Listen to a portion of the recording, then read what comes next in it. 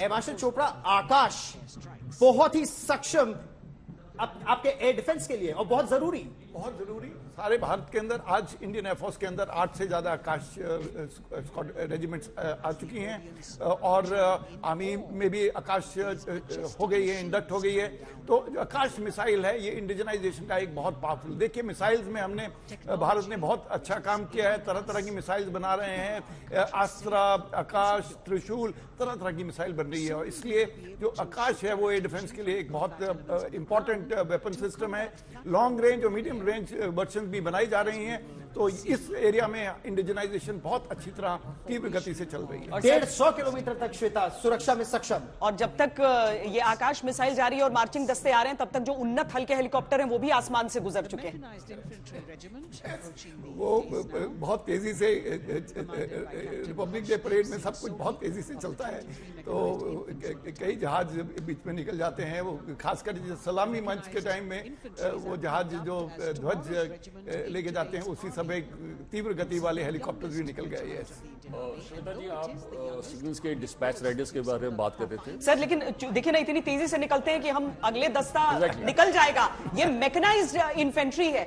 आप ये समझिए कि पिछले कई वर्षों से ये प्रयास चल रहे हैं। देखिए दुनिया के साथ तालमेल हमें करना है। मैकेनाइज्ड दस्ता क्या होता है उसे इस तरीके से समझिए कि हमारे जो पैदल सैनिक होते हैं उनके हाथों को और मजबूत किया जाता है उस तरह के उपकरणों को देकर। केवल सामान्य हथियार वो नहीं चलाते हैं, बल्कि जो बीएमपीज आप देख रहे थे, जो आईसीवीज आप अभी तक देख रहे थे, उनमें सवार अधिकतर जो गार्ड्स हैं वो मैकेनाइज्ड हो चुके हैं सर अभी तक। हाँ, बिल्कुल सही बात है।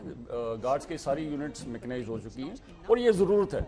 हमारे दुश्मन को देख के इसकी बहुत जरूरत है और रिएक्शन टाइम उतना रिड्यूस हो जाता है, फायर पावर इनहांस हो जाता है।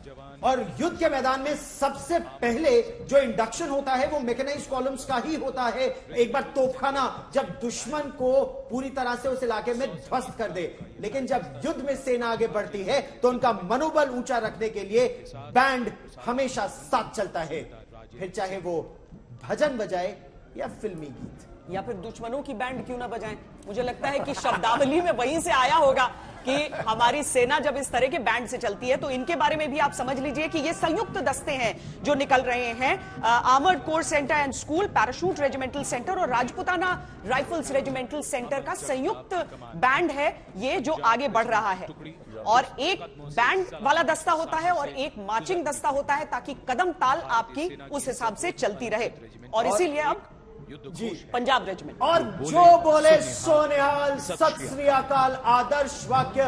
पंजाब रेजिमेंट का ये मार्चिंग दस्ता इस समय सलामी मंच के बिल्कुल सामने से गुजर रहा है। आप इनकी चटक चाल देखिए, आप इनका उत्साह देखिए, इनका हौसला देखिए। नौसेना का प्रतीक चिन्ह इकलौते हैं इन्फेंट्री के एडमिरल सिन्हा जिनके पास रहता है, क्योंकि जब युद्ध के लिए, दूसरे विश्व युद्ध के लिए मुझे मेरा ख्याल है जब हम इनसे बातचीत भी कर रहे थे, शो बना रहे थे, तो इन्होंने बताया था कि उस समय पहली हमारी टुकड़ी थी जिसने इसका गौरवशाली इतिहास समुद्र का रास्ता अख्तियार किया था, इसीलिए वो मिल गया। जी आप बिल्कुल ठीक कह रहे हैं श्वेता जी।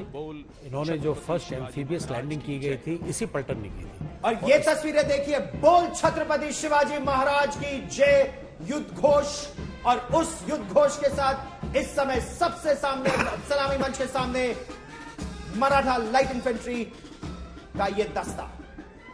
गौरव, मैं आपको ये भी बता दूं, जितने भी बैंड बजते हैं वो सब एक साथ लय में बजते हैं, सबके ड्रम बीट सेम है। अगर आप ये सोचिएगा ये 3.5 किलोमीटर का एरिया है जी पे ये मार्च कर रहे हैं, पर सब कदम और बीट सेम है।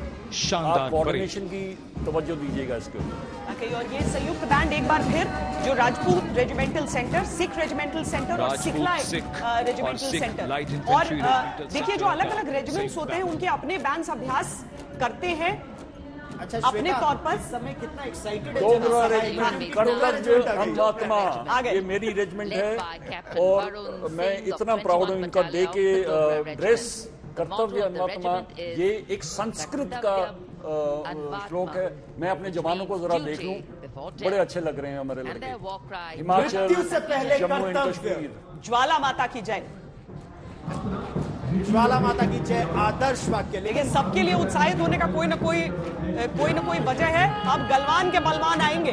अब गलवान के बलवान देखिए बिहार रेजिमेंट की शान यहाँ पर।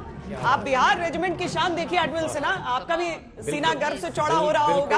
यहाँ देखिए इन रणबांकुरों को, बिहार के छोटे छोटे बिहार झारखंड के गांव से निकलकर ये सारे लड़के भारतीय सेना में मां भारती की सेवा करने के लिए आते हैं। गलवान में जो दुर्भाग्यपूर्ण हुआ, लेकिन उसके बाद जो चीन के साथ हुआ कि अपनी हद में रहना है, उसे ये समझ में आ गया। इनके चेहरे की शान, इनके चेहरे की मुस्कान इसी चीज को बयान कर रही है।